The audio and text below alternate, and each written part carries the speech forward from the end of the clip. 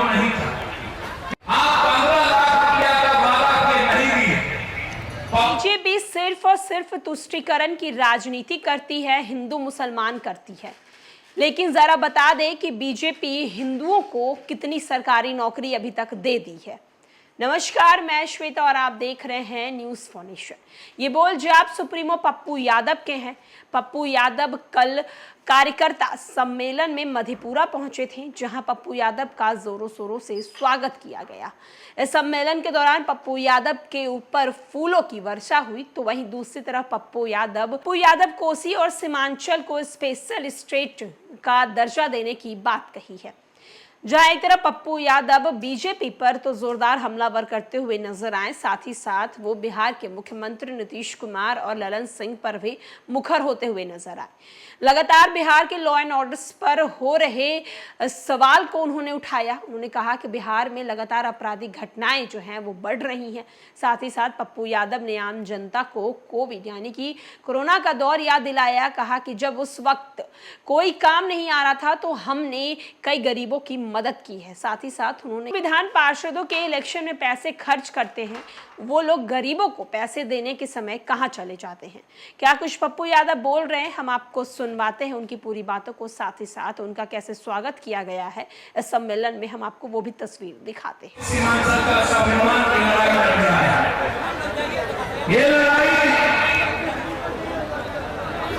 अधिकार को लेकर है, विकास को लेकर। ये लड़ाई एक बेहतरी को लेकर है। ये लड़ाई बेटा और मालिक के बीच की। जब कोई एमपी एमएलए प्रधानमंत्री मुख्यमंत्री बनता है तो वो बनते ही मालिक बन जाता है, भगवान बन जाता है। पप्पू यादव का भी बेटा था, भी सेवक था। 83 में 90 में थे और आज जब फैसले हम एक बड़ी राजनीति की बात में पूरी दुनिया भारत को देख रही है, तब देश की राजनीति में भी हम सिर्फ सेवक हैं। हम एक बेटा है और हम कोसी सीमांचल को दुनिया का नंबर 1 बचपन से जो मेरा सपना है, और वो सपना रोज से नहीं है।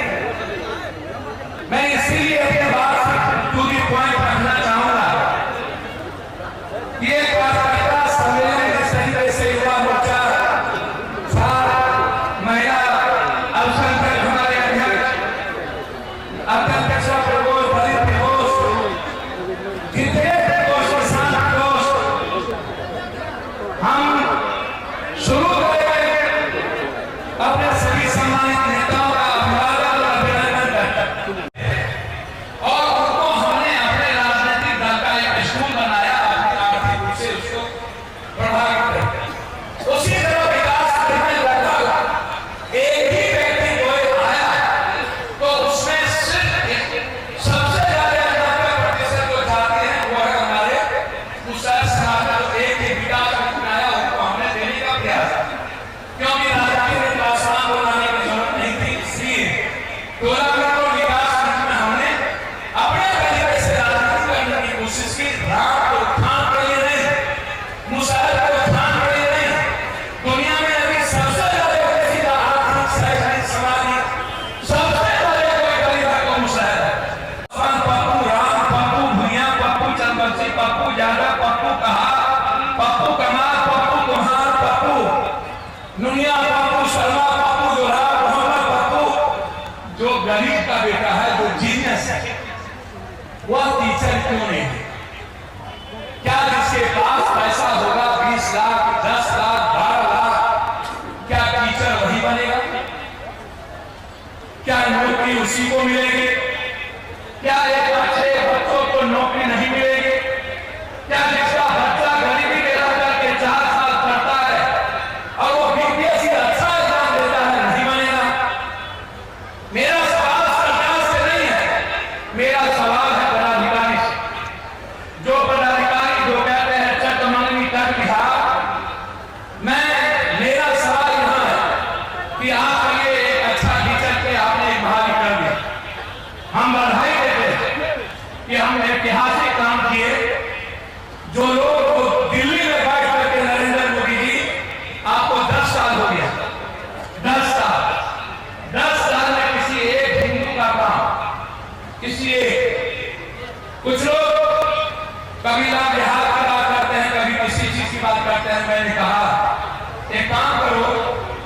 पप्पू यादव के परिवार की शादी पप्पू पासवान में, पप्पू राम में, पप्पू डोम में, पप्पू भांगी में, यानी हम हिंदू की बात करते हैं तो फिर राम और सबरी का जूठा वहां हिंदू नहीं था। आप 15 लाख रुपया का वादा किए नहीं दिए। पप्पू यादव इस मंच से कहता है हमारी भागीदारी भी पिछली सत्ता में हो गई, हम हर गरीब परिवार को पप्पू यादव 25 लाख रुपया रोजगार के लिए देगा, जिसका कोई सूद ब्याज हम नहीं देंगे। आप लोग 25 लाख रुपया देखिए, नेता जब कोई वादा करे तो समझिएगा 100% झूठ है,